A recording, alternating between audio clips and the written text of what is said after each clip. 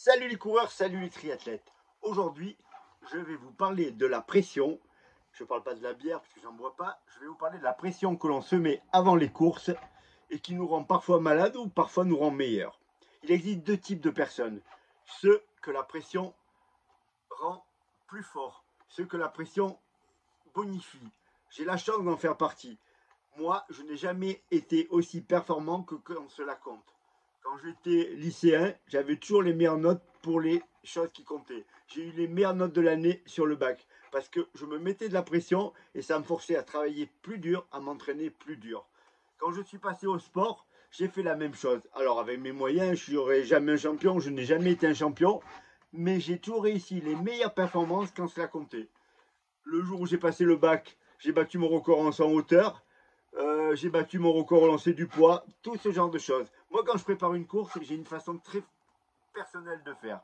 Je me fixe un objectif très précis qui dépend de mon niveau, qui dépend de ce que je peux faire, et je l'annonce à tout le monde. Je dis à tout le monde, je vais faire 2h45, je vais faire 2h43, je vais faire 2h48 sur le marathon.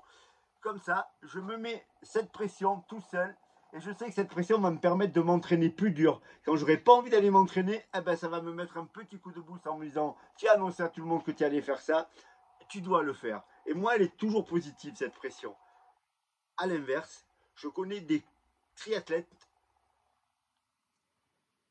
qui ont un vrai problème avec cela. Je pense à quelqu'un de très précisément qui était très fort, bien plus fort que moi, et qui lui a besoin de s'entraîner en secret. C'est-à-dire de ne pas dire qu'il prépare une course, de ne pas annoncer du tout la perf qu'il veut faire. Chaque fois qu'il a eu fait le contraire, c'est-à-dire dire je vais me qualifier pour les championnats du monde, je vais faire moins de 10 heures sur Ironman, je vais faire 9 heures sur Ironman, il s'est cassé la gueule. Par contre, quand il s'entraîne en secret, sans rien dire à personne, voire même il participe à la course sans rien dire à personne, il éclate absolument tout. Pourquoi? Je ne sais pas. En tout cas, ce qu'il faut faire, le plus important, c'est de trouver ce qui vous convient à vous. Si vous avez besoin d'annoncer à tout le monde que vous allez faire quelque chose pour être plus performant, faites-le. Faites-le, mettez-vous cette bonne pression, cette pression qui va vous forcer à vous entraîner plus dur.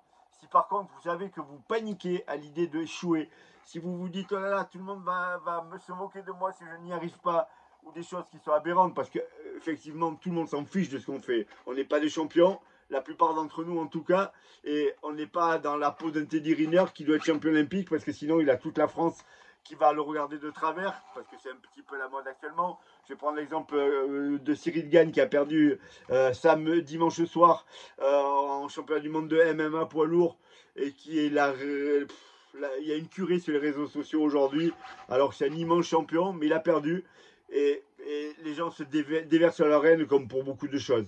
Mais lui, la pression, effectivement, il a fait la une de l'équipe magazine, il avait tout ça sur le dos. Est-ce que ça a été profitable pour lui ou pas? Je ne sais pas. À mon avis, non. Parce qu'il n'a pas combattu, il n'a rien pu faire.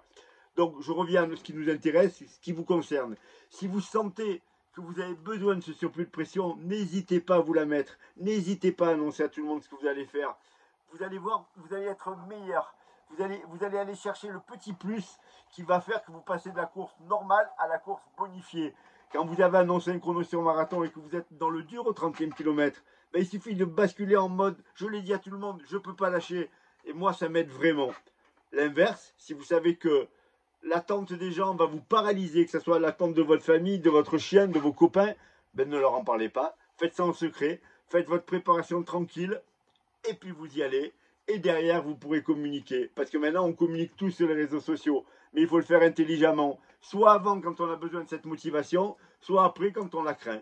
Voilà, c'est une petite vidéo que je fais en un coup, il n'y a pas de montage. Donc il y a des moments où j'ai bloqué au niveau des paroles. C'est pas très grave. Je pense que vous avez compris l'essentiel. De toute façon, quoi qu'il arrive, pression ou pas pression, il faut s'entraîner. Alors je compte sur vous. Les courses approchent, les triathlons approchent aussi bientôt. On y va tous à fond et on se met la bonne pression. À bientôt les coureurs, à bientôt les triathlètes.